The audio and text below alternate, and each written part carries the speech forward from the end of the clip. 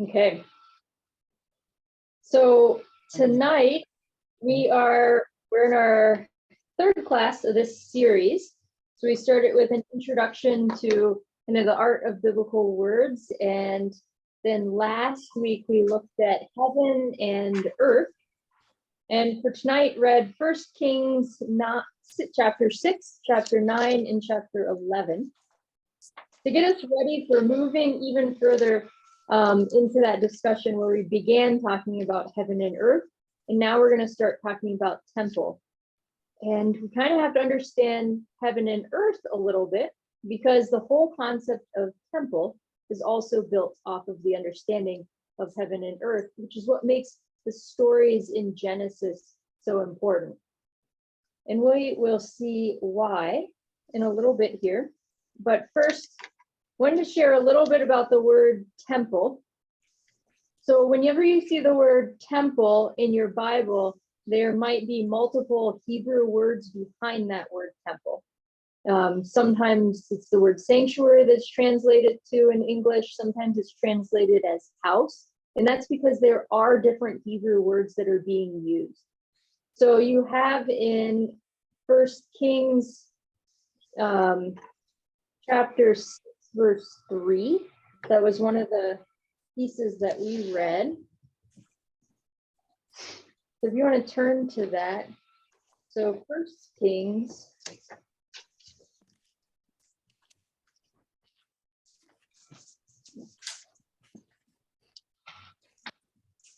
chapter 6, verse 3.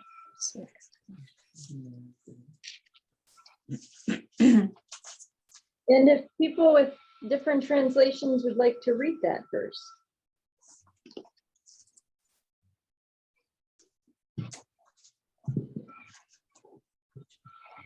Chapter 6, verse 3, you said? The portico at the front of the main hall of the temple extended the width of the temple, that is 20 cubits, and projected 10 cubits from the front of the temple. Mine said the entrance room was 15 feet deep and 30 feet wide as the sanctuary itself. I have something still different. The vestibule in front of the nave of the house was 20 cubits wide across the width of the house. Its depth was 10 cubits in front of the house, which is referred to a couple verses before that. It's called the house of the Lord. And which version do you have? Mine is the Access Bible, I have the same, and mine is the which is New Revised Standard New Version. Revised. Yeah, New Revised. That's what I have. That's what I have. Mhm. So we have a few different words going on in here, and one of the reasons why is in 1 Kings chapter 6, verse 3, we do have different words that are being used. So we have the word for house that's being used for this, the house of the Lord. In Hebrew, that would be bayit, and it's this word that's, it's also used in other places just for a house, not always like a holy house, but just a house in general. And so we have that word. We also have in verse 3, we're also having the word that's a more than a house. It's the Hebrew word is heichal, and it's kind of like a sanctuary. And both of those are being used for the word temple in these places. And it's translated differently based on the version that's being read. And like in the NRSV, the word that's translated as nave, that is actually the word heichal, which is the word closer to maybe sanctuary or temple. And then the word that's translated as house in Hebrew is the word for house that's used for just a house in a place, bayit. So there's these two words that are used for temple, bayit and heichal, and they have different meanings, but they're being used, which is interesting from last week. Remember, we talked so much about a dwelling place. Mhm. And what is a dwelling place but a house where you live? And that's a dwelling place. And so we have this house that would be like a secular understanding of a house and a sacred understanding of a house being kind of blurred together as well. Mhm. And so we're getting both of those in this first Kings. Now, some other words, related words to temple, the more, I don't know, more holy word for temple, maybe, the Haykal word. Some words that have the same roots are words that mean things like dedicating something for a special purpose, or a word that means holy, holiness. It's also the root letters. There's 3 root letters that are used in this Hebrew word. It also is the same root letters used for a prayer for the deceased, the mourner's prayer. It has the same letters as the temple in Hebrew. Mhm. Also, the blessing that's said over wine before Sabbath or before a holiday, that's related to this word. And the Jewish wedding ceremony is related to this word too. So we have a lot going on behind these words that we think we know. We think we know what a house is, but there's more than a house going on here. Mhm. And we think we know what a temple is, but there's more than a temple going on here as well. Any thoughts or questions on that very brief, very quick Hebrew overview? So we can see that in a number of ways. We could see it as a dwelling place, someplace where you live. We can see it as something extremely holy that is venerated. We can see that coming through with a lot of the liturgical practices that we see, even in our modern churches today. In some areas, you have to take off your shoes. Some areas you have to have your head covered. Some areas you would never ever cross the threshold in slacks or pants. All to honor that the holy aspect of temple, of house. Yeah. And I was thinking the Jewish wedding ceremony where they have the canopy. So we have a lot of ways to look back and see it. God bless you. Why is there so much detail? Why is that? So it's very detailed in Very. describing it. And why is that? Well, the temple is incredibly important. The more important something is, the more detail is added to it. Okay. Because they And talk about the cubits and how wide this is and how.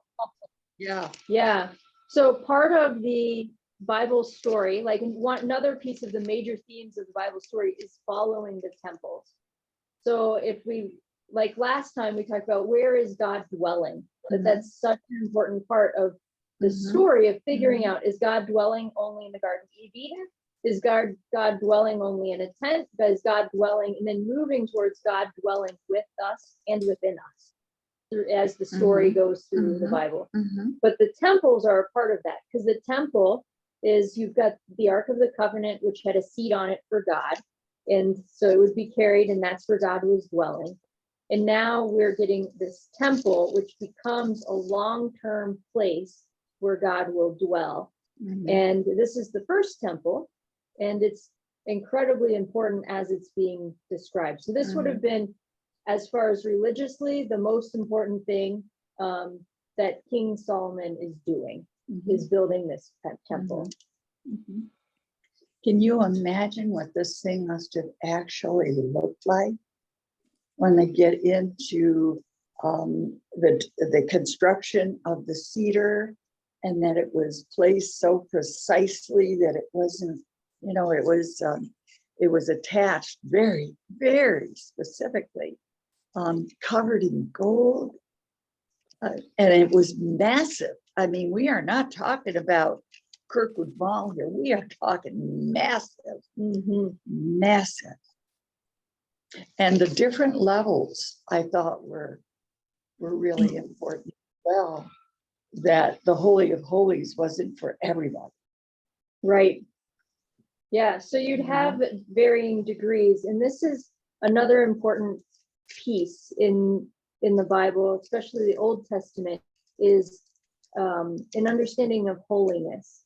As we talked briefly last time, just because something is not holy does not mean it's bad. Just because something's unclean does not mean it's bad. It just means it's not set apart for a specific purpose. It's secular. It's a part of everyday life, not special in a particular way. And then there's varying degrees of holy too. And if something unclean were to touch that which was holy, it would make that which was once clean now just a normal object again. And until it went through that process of being set apart, which is why it was important to have these different places. And then people had to prepare to enter those different places. My Bible has a little drawing in it. Maybe some of yours do. Nope. Your Bible has like everything, though. I'm surprised there's it no doesn't drawing. have a drawing. Pictures. I've been impressed with the things your Bible. No, I'm using the Here's the New King James, just so I would. drawing on mine. Okay. House of the Forest of Lebanon. So this talks about the different halls within it, the nave, or sanctuary, and things. So yeah, there's that. I wonder if that's where the Mormons get their shape. No, not their shape, but their temples. You can't go and view one of their temples, but I've heard that it is made up of many, many different rooms. And the rooms are specified for just certain people. Isn't there a Mormon temple here in Bismarck? Yeah. And Yeah, my there is. understanding is when that building was first built, it was open to the public. And So when it was first, One And time. everyone could go through and see the inside. And then they closed it, and they would have made it holy, those specific parts, and then it was closed. Because if anybody went inside again, then it would now be just a normal place, and it'd have to be made holy again. Right. So that's Right. the same concept then that we're looking at here. Right. As we're moving from, so it's interesting that in Hebrew, we're using the word for house, which is a normal house, but we're also using a word for something that is more than a house. Much more.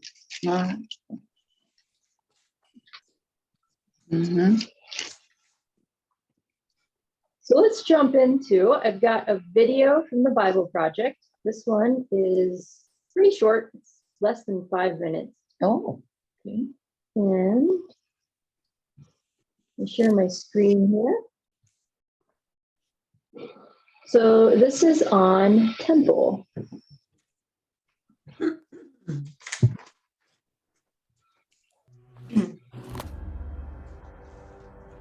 If you could go back to the city of Jerusalem during Bible times, the biggest thing you'd see is the temple. This beautiful building was designed by King David and built by King Solomon, and they believed that it was the home of the God of the universe. Wait, I thought God's home was in heaven. Well, the whole point of this earthly temple is that it's the place that overlaps with God's heavenly home. The temple is where God lives and rules all creation as king. That's cool, but even Solomon, who built the temple, didn't believe that it could contain the God of the universe, right? Yeah, the building was just a symbol, and it pointed to the fact that all of creation is God's temple. And that's actually what the first page of the Bible, Genesis 1, is all about. Really? It says that creation is God's temple? Well, it doesn't need to say it. The whole story shows it. In Genesis 1, God creates an ordered world out of a dark wasteland by speaking in a series of 7 days. Then on the 7th day, God's presence fills creation as he takes up his rest and rule. Similarly, the tabernacle and later the temple were built and dedicated in a series of 7 speeches in 7 days, after which the priest or king could rest and rule in God's presence. So all of creation is where God intends to dwell. It's like his temple. Exactly. Now, turn the page to Genesis 2 and we get another portrait of creation. This one focuses in on the land. And in the center of the land is a region called Eden, which in Hebrew means delight. And in the middle of delight, God plants a garden in which God and humanity live together. And that's why the temple was modeled after the garden, filled with imagery of gold and flowers. The menorah symbolized the tree of life. It's the place where God dwells with his people. Oh, got it. And check this out. In the temple, the Israelite priests and Levites were to work and to keep the temple in God's presence. This is exactly the job description given to humanity in the Garden of Eden. So these humans were the first priests. But instead of ruling with God, they wanted to rule on their own terms. They're exiled from the garden temple. And like Adam and Eve, Israel's leaders also wanted to rule on their own terms, and they too were exiled. The temple was destroyed, and this left them wondering, did God give up on Israel? Will God bring about a new creation? Well, the biblical prophets anticipated the day when God would create a new temple with a new priesthood. That's when God's presence would fill all of creation. And when the Israelites returned to the land, they did rebuild the temple. But that temple didn't turn out the way the prophets hoped. In fact, later Israelite prophets said that this temple was hopelessly corrupt. So they're still waiting for the ultimate temple. And here we come to the story of Jesus. He said that through him, God's presence and rule was coming into our world in a new way. And he presented himself as a new kind of priest. But Jesus wasn't a priest, and he didn't work in the temple. Right. Jesus said that God's presence, his rest and rule, was filling the world through his own life, death, and resurrection. Jesus was claiming that he was the true temple, and this new temple would expand out to include all of creation. That's a really big claim. And it got even bigger. After his resurrection, Jesus said that God's presence would come to dwell in and among his followers so that they would become mini temples. Communities of people where God rests and rules. Exactly. This is the Bible's vision of the church, which is described as a temple. Not a building, but people. Yeah, like when Peter says, "You all are living stones built up as a temple for God's Spirit to dwell." So, at the end of the story, do we ever get a new physical temple? Well, not exactly. What we see is a renewed cosmic temple, just like Genesis 1. And this new creation doesn't need a temple building because through Jesus, all creation is now the place where God rests and rules the world with his people.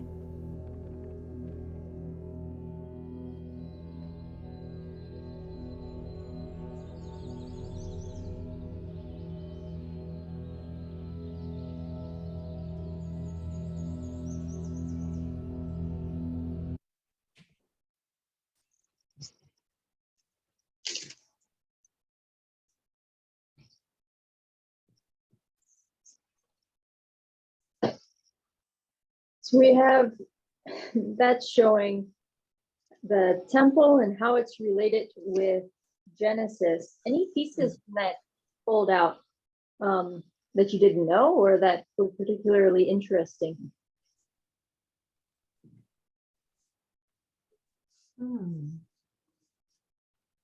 Well, when they were talking about how massive it was, all I could think of was like, oh, Sears Tower in Chicago.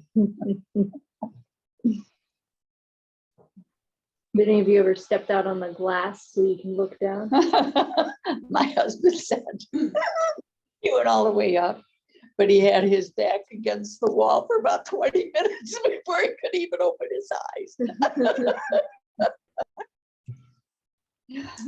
But that must be actually frightening. I don't think I'd even want to do that. I don't know.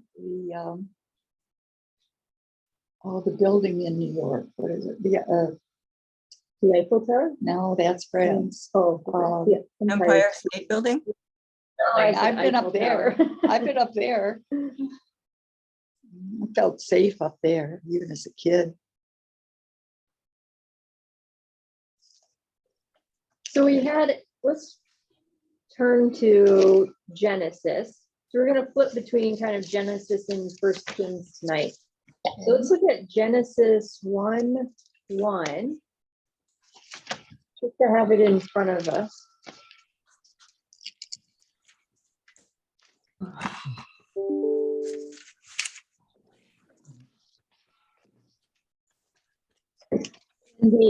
The kids at confirmation yesterday were retelling the story of Genesis. And one of the things that they noticed as they were doing the retelling was how it begins, the first story of Genesis begins with the most basic things. And then each day, God builds the next most basic thing on top of it. And so before you can even start, you have to have something to work with. So God builds something to work with. And then before there can be life, there has to be water. And before there can be water, before there can be life still, there needs to be some sense of seasons and days and something that moves life forward before there can be. And then before there can be more like complex organisms, there needs to be simpler ones. There needs to be plants before there can be animals, and kind of moves through that of this building up of creation. We also have in creation, this story of creation, we have kind of 3 tiers of creation. We've got the sky, we have the land, and we have the sea. And we've got the skies. First, when it's being created, you have the waters are being separated from the waters. And remember, like we talked about last time, the word waters is related to the word heavens. And so these waters and heavens are being separated, the seas and the sky, and then land is formed, and land becomes this kind of middle part. So we've got these 3 tiers of creation with sky, land, and sea. Then we get Solomon's temple, and that's in 1 Kings 6.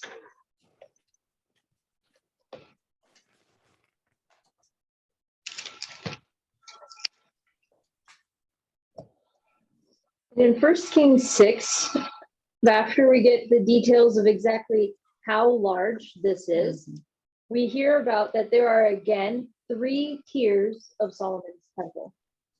There is the Holy of Holies, there's the holy place, and there's the courtyard. And so we have these 3 tiers, just like it's the 3 tiers of creation. And so there's an attempt to recreate the story of creation, even throughout, just as you're creating the temple itself. And especially with sacred buildings, any type of temples, places of worship, usually the way the building is built, the very architecture is attempting to tell the story of to the community. Does anybody, some maybe places of worship that you have been to, and what type of theology it expresses through that? Well, I live very close. Oh, is that a question for us to participate with? Well, I live very close to Corpus Christi Church, which some of you may know well. This is actually the second church to be built on this site since the mid-1970s. Anyway, this one is maybe about 20 years old now, but it's very plain. It's almost it has one line of Stations of the Cross on one wall, and then it has a huge crucifix in the middle, but it's very much in the round, and it's very the feeling, the presence of God amongst the people is immediate, and it's central, and there's access and no matter where you sit, you're not very far from the center. And I find it a wonderful place to experience community and the presence of God. Yeah. I mean, this isn't by any means the only church to do that. Probably even the only church in Bismarck to do that. But I think it is a way of making physical space tell the story of the Holy One that you want to tell. Mhm.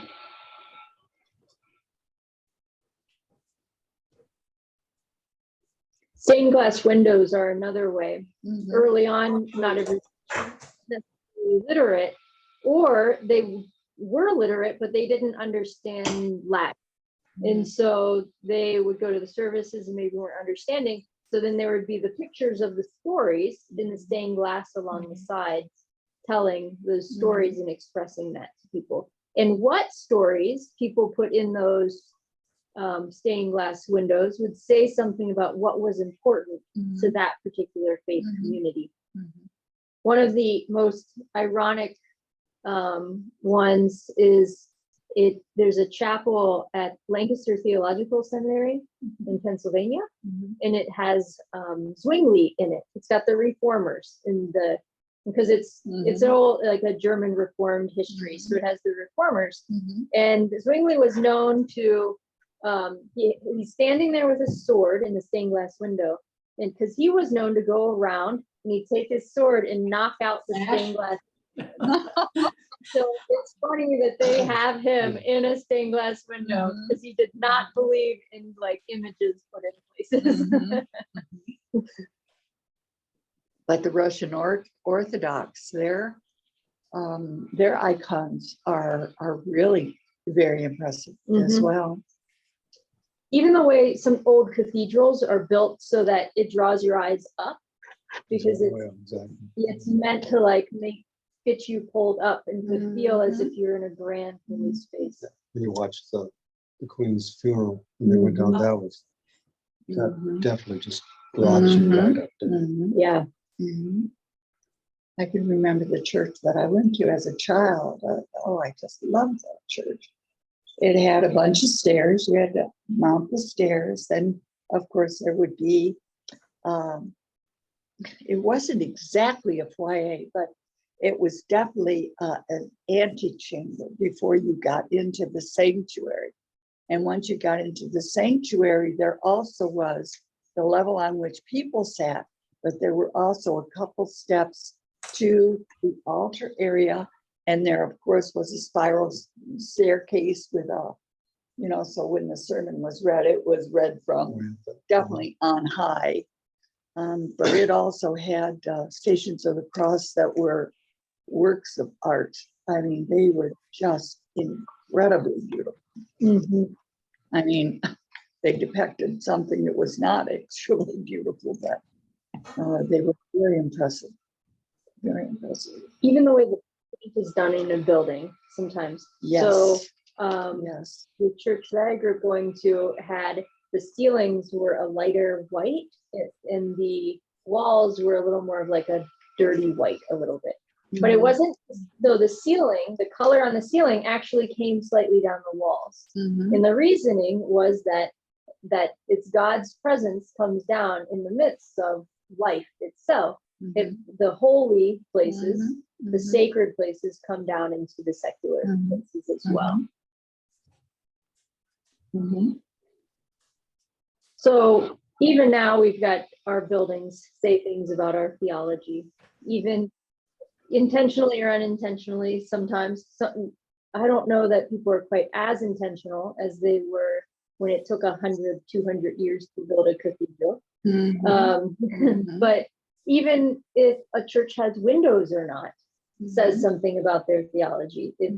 If they don't, sometimes their theology, when you study it, it's sometimes a church that's maybe a little more, looks more on self-reflective or personal relationship. You don't do as much necessarily looking out. Sometimes you have ones that look more out. It's not a hard rule, but sometimes when you look at the way a church is built, especially if that particular community built the church and are not just using a different space.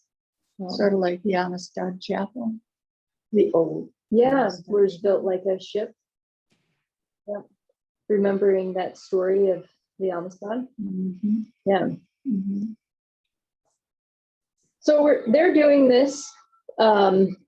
Every detail is mattering, which is also why it's so detailed in here, because they're telling important things about what the temple's meaning by giving us all of this detail within it. Mhm. So we have these important pieces that are being said in these places where the Bible is, the Genesis story, creation, is being told again through Solomon's temple itself.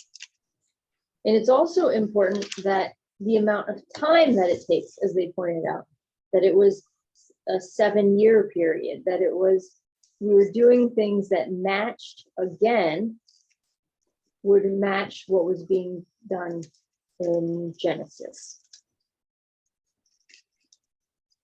So if we go back and forth between Genesis and First Kings, there are also ways, not only that it's paralleling as far as the beautiful parts, but also human failures that are being paralleled in this as well, in the stories. So if we look back at Genesis chapter 3, verses 1 through 6, and then we're going to jump back to Kings 9. So keep a bookmark in there on Kings. So Genesis chapter 3, and give me a moment just to glance through the verses 1 through 6. Is it chapter 3? Chapter 3.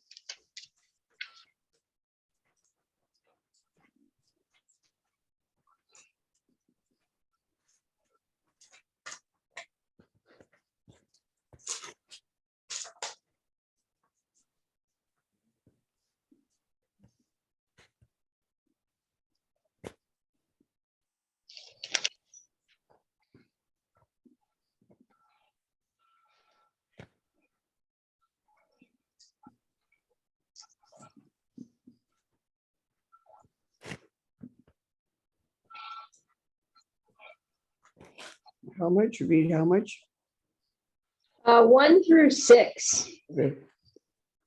on chapter 3. Yeah.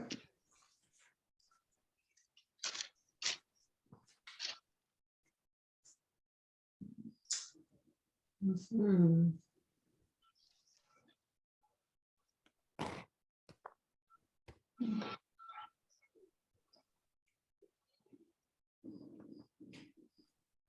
What were the, anybody want to summarize this piece?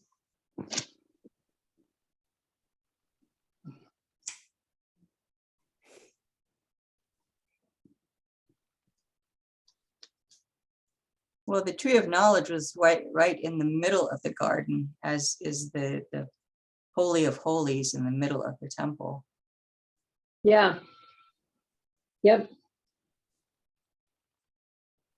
So we have this similar structure, and there's this this promise that has been made, and also this condition that has been set as well. God said you can do absolutely anything. They're all vegetarians actually at this point. Anything that grows from the ground, but not from that one tree. Like one tree, the one thing you can't be greedy about and take from. Just leave that alone. You shall not eat it, nor shall you touch it, Yeah. lest you die. So then let's jump forward, and they do eat it and touch it. Mhm. And we're going to go to 1 Kings chapter 9. Excuse me.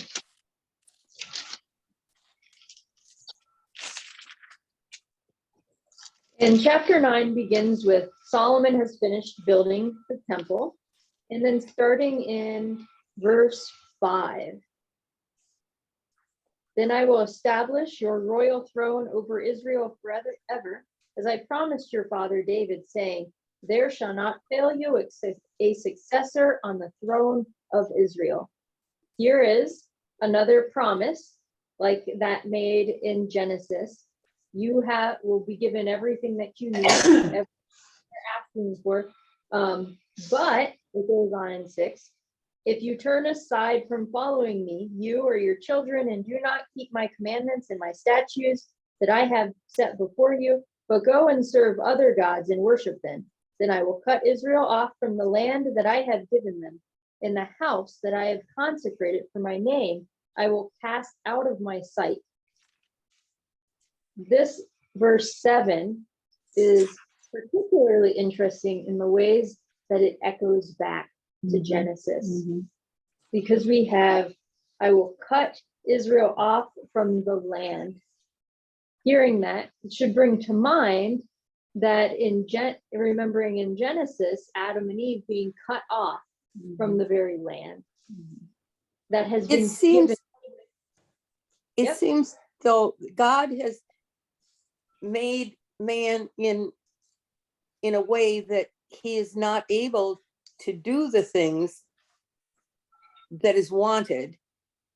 You know, it's like this can't be done in both of these, and which sets up the Jesus Christ coming to bring it back, so that then by Christ being able to do it, then we are all saved. Right. Kind of the question, if God didn't want these things done, why did God make humanity so curious? Kind of. It's like a setup.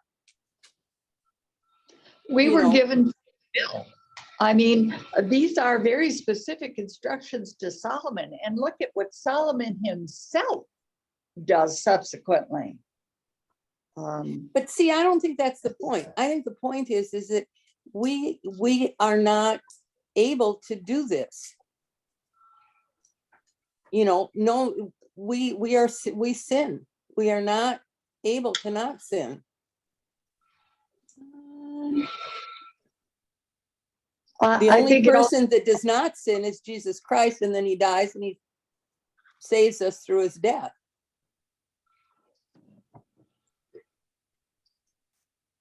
I think it all comes down to free will. I think we have the choice not to sin. We just don't choose that choice consistently. I don't know. I think it's deeper than that. What you're saying, though, Toby, is that we are incapable of abiding by God's half of the covenant. Right. Because and if we were, then we would be. We're not perfect. Yeah, we're not perfect. We're not You're right. perfect. We're not gods. You're right. Right. That's what I'm saying. And so we have to have, this sets up the need for Jesus Christ. Oh, I get you. However, let me play devil's advocate here. However, I think we can also fall short of the glory, but I think we also know how to say, I screwed up, I'm sorry, please forgive me, and know that God is love and God is forgiveness itself. Yeah, I agree with you, but I'm just saying that when you set up, he sets it up that you need somebody that is going to break any of these laws, is going to be able to do it, and we can't. Well, there were a number of people in the Bible, though, that starts out, this man was seen as righteous. Abraham was seen as a righteous man even before laws were given.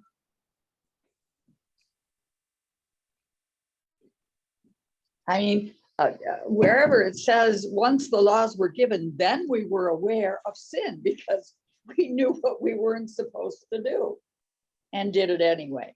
But prior to the law being given, you were still able to be considered righteous, as Abraham was.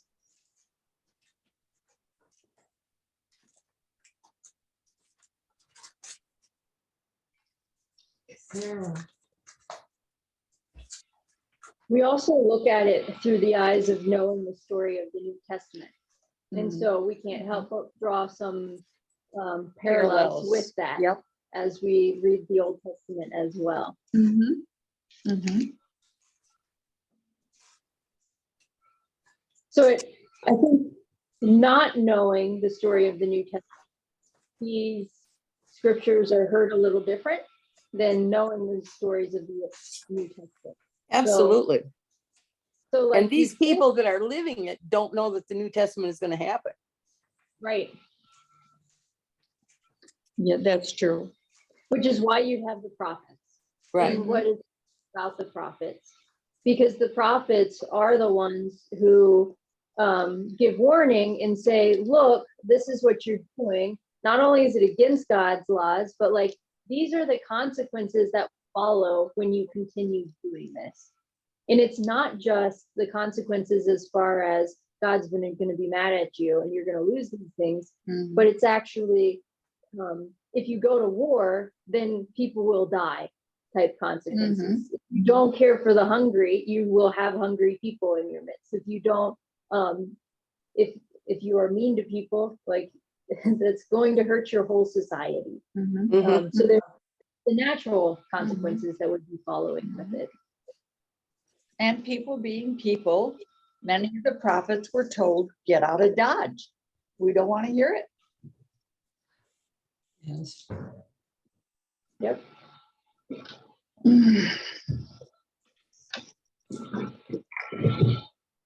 Well, I So, think but- the other thing is that sin brings its own punishment.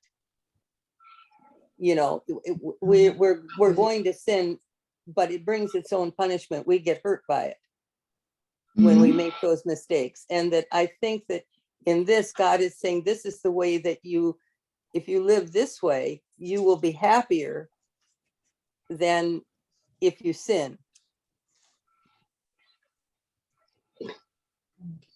Or be more fulfilled or whatever. Yeah. That it actually is a more fulfilling life to care about others than to be bitter towards others your whole life.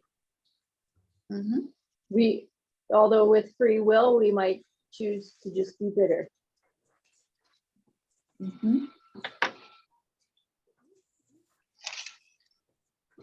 Well, we could get onto a whole psychological bent on that Going off of then- what Toby though too. one. Oh, go Would you ahead. say that again? I couldn't, I didn't hear everything you said, Gretchen. Oh, I was just saying that we can choose. God gives us these rules, but they're actually, the laws are meant to be a source of joy and a source of good living. They're not meant to that which oppresses. It's supposed to be that which gives life. Right. Because these are laws and rules that would help us to care for one another rather than be bitter towards one another. But we get to choose. We get to choose whether we're going to be bitter towards another person or we are going to care about one another. But a more fulfilling life is to care for others. Right. And I think we're preaching to the choir here. But you understand the concept. I have met a few people, maybe not a whole ton, but a few people whose comfort zone was feeling badly.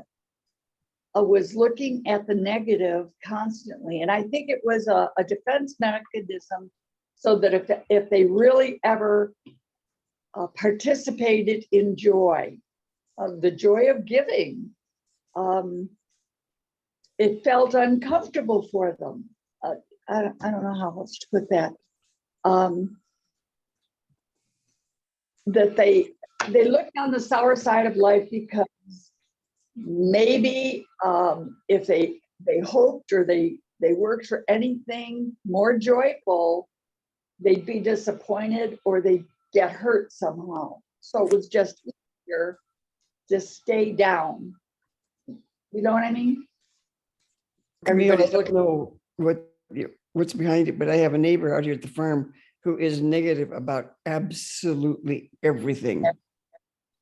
I'm so tired of the sunshine. I wish it would snow. I'm so tired of the snow. I wish we had summer. I'm so tired. Everything is, I'm so tired, no matter what comes up on everyday conversation. And unfortunately, I would guess he's not very happy. Nope. And that's, I think the thing is if you do the right thing, you can live a very happy life. Mhm. And if you don't, if you're very selfish, you don't live a very happy life. So it's your choice. But God is telling you the way how to live the happy life and be happy.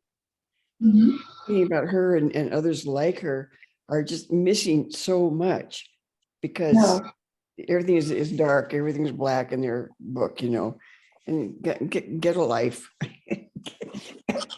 But how miserable is she? She's got to be horrible. What? I mean, she has to be miserable to have that much. She's You know. happy to be And she's sharing it. yeah. Yeah, that's sad. Yeah, it is. But I don't think happy is the right word. I think fulfilled. Joy filled is I'd buy that, joy filled. a little more accurate. I mean, I'm happy almost all of the time, but I understand that a lot of people just think I'm nuts. And that's okay. That's okay, because I'm okay with me. And I think a lot of people are not okay with themselves, you know?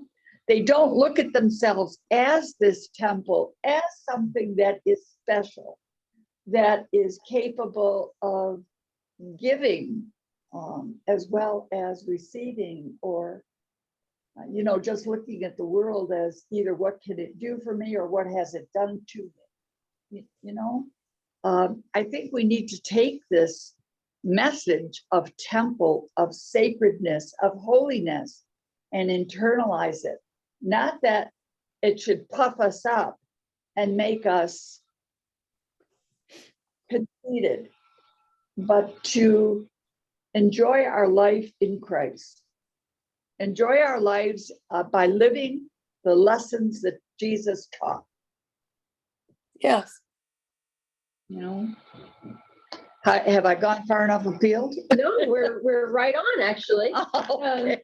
See, I think of a child who does something nasty, you know, breaks a rule. And that child is constantly worried that somebody's going to find out. You know, his mother or something's going to happen and find out. So he goes through that day really miserable because he's constantly looking around to see if somebody's found out or is this going to happen. And then if you don't do it and you live a life where you're living through love, you don't have that. So sin brings its own Punishment. Punishment. I couldn't think of the word. It brings its own punishment. And so I think God is saying, don't do this. You can live a very wonderful life if you live your life through love. And if you don't, it's not very nice. It's your choice. Yeah. And I think that's part of, as we follow the temple, we have this temple as a place where people would go to release those things, where they would offer sacrifices. But then it becomes that we people become many temples for God as well. That not just the place we go, but that our very lives become sacred. Yes. And our lives are, and so it's an ongoing process of being able to let go of the sins and let go of that. So that it's not just that we can feel joy in a sacred place, but that we can experience joy each moment of our very lives as the temple. Yeah. Well put. Yeah, that's well put. So let's look at the dedication of Solomon's temple. So this is in 2 Chronicles chapter 7. This is 1 through 3. So, yep, so you want to go 2 Chronicles, what? chapter 7. in the verses 1 through 3. Would somebody be willing to read it from their Bible? When Solomon finished praying, fire came down from heaven and consumed the burnt offering and the sacrifices, and the glory of the Lord filled the temple. So go to 3. Go to 3. The priests could not enter the temple of the Lord because the glory of the Lord filled it. When all the Israelites saw fire coming down from the glory of the Lord above the temple, they knelt on the pavement with their faces to the ground, and they worshiped and gave thanks to the Lord, saying, He is good, His love endures forever. That's from the NIV. So keep that one in mind. And if you want to bookmark it with your finger, you can. We're going to jump all the way ahead to Acts, the book of Acts in the New Testament, chapter 2.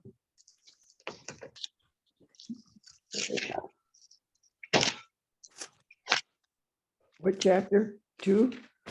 2. So Acts chapter 2, verses 1 through 4.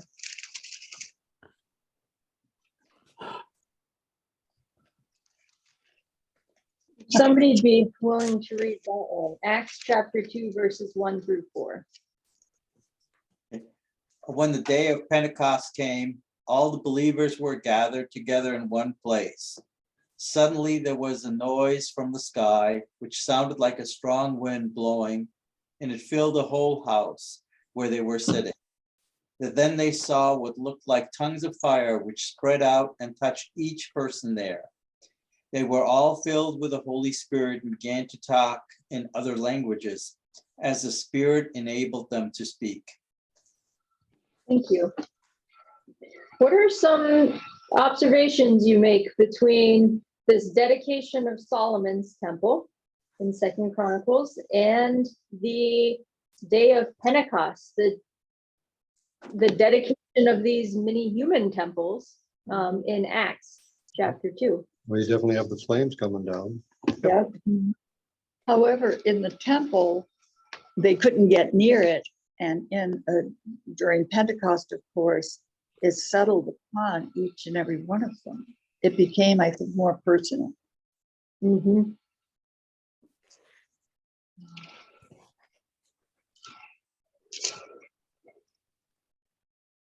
And I think the temple was felt to be holy. They felt the power of God there. But in Acts during Pentecost, they were filled with the Holy Spirit. But they are the temple, but the temple is filled with the Yes. Holy Spirit. So Yeah, it's the same there you thing. go. Yeah. Well, there was also the rush of a violent wind that filled all of it. And when I think of a violent wind, that's definitely felt in the Oh, space. yes. Oh, yes. Yeah, we can all understand what that's like.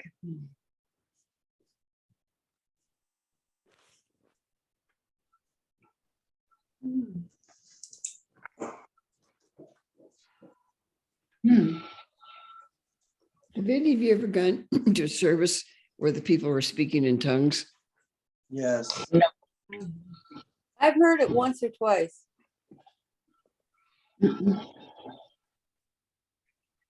It's Those of you- unnerving. How I said it's unnerving a little bit. Was anybody interpreting? Or were they just speaking in tongues? Just speaking in tongues, just a lot of, it didn't mean anything. Very, their whole body is, part of this. So like when Paul said speak in tongues, there's got to be someone to interpret. There was Yeah. nobody to interpret. Huh? No. Well, I mean, when I went there, that they had someone trying to interpret, but I did not even understand why someone would do that. When you read the scriptures, the talking in the tongues was because there were people who from different regions who didn't all speak the same language. But if you have a church of people where everyone speaks the same language, why do you need speaking in tongues? a good question. That's a good question. I've never thought of that before. I mean, yeah, because When when In there's, the Bible, anytime speaking of tongues is brought up, it's because people of different countries, different regions cannot understand each other. When this happened to me, there's a church denomination called Free Methodist. And they, every once in a while, there would be, I got dragged to the, well, I shouldn't say that, but I had to go to church with my grandmother, and I was probably about 5 or 6. And there was a woman that would periodically just start talking a bunch of what to me sounded like gibberish. Mhm. And you know, everybody would just pray, and it was, I didn't understand it.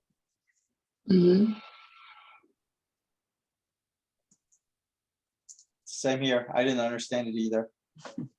but these people who were blessed and were speaking in tongues, did they understand each other? They're speaking their own individual languages. That's what I don't know.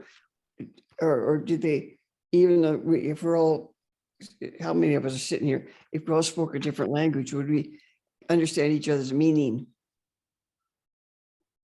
Well, on the day of Pentecost, we're Is that speaking what in did tongues. not happen? I don't understand what happened here.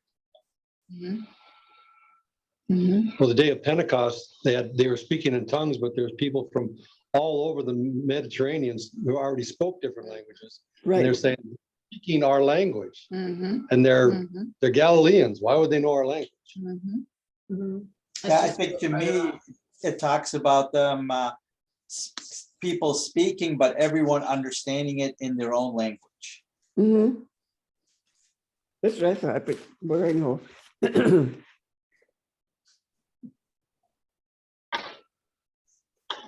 Gretchen, bail us out. It's pretty incredible. It's like a like translate app that everybody just download it.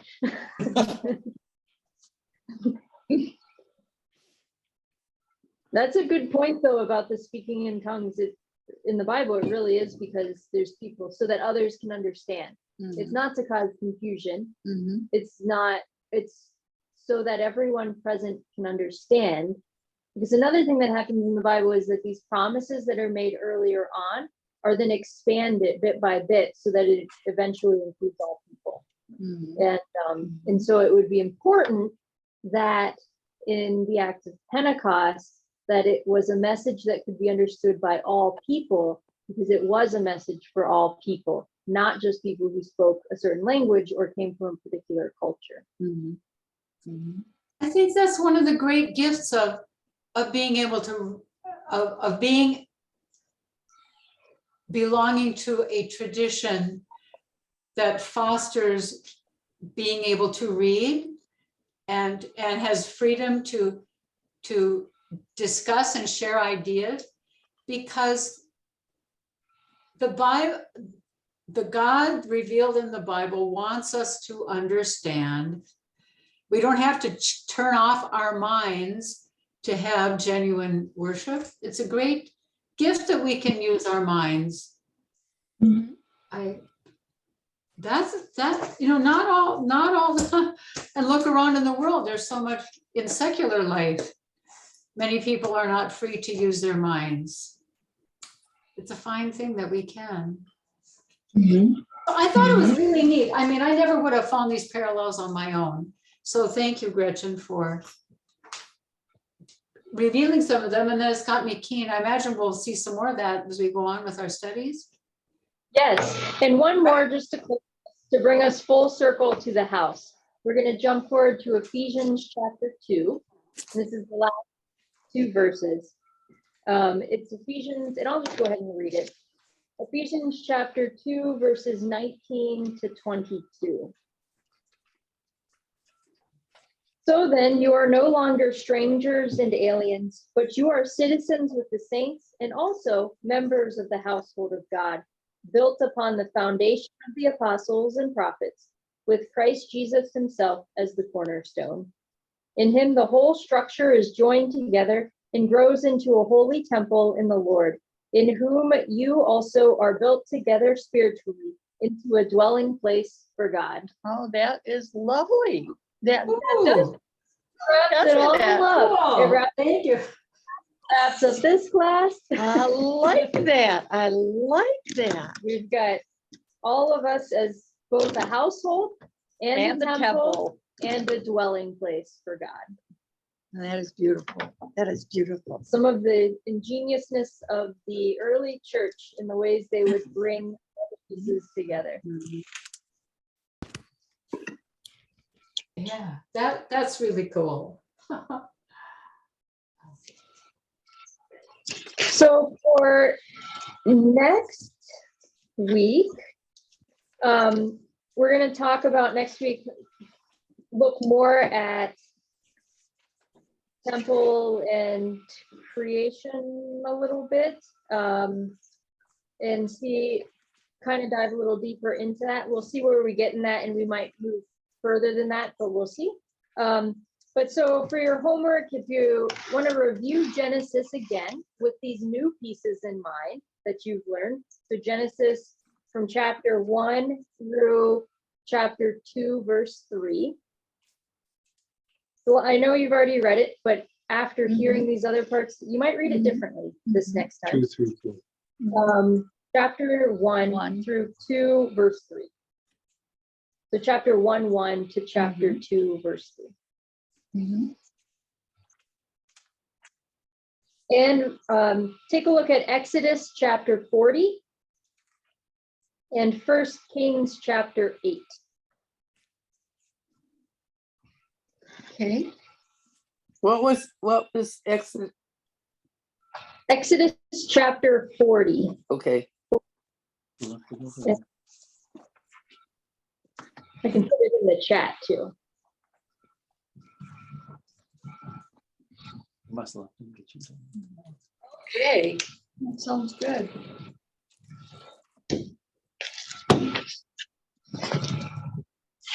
Well, thank you. Thank you. Great class. Thanks so much, everybody. Bye-bye.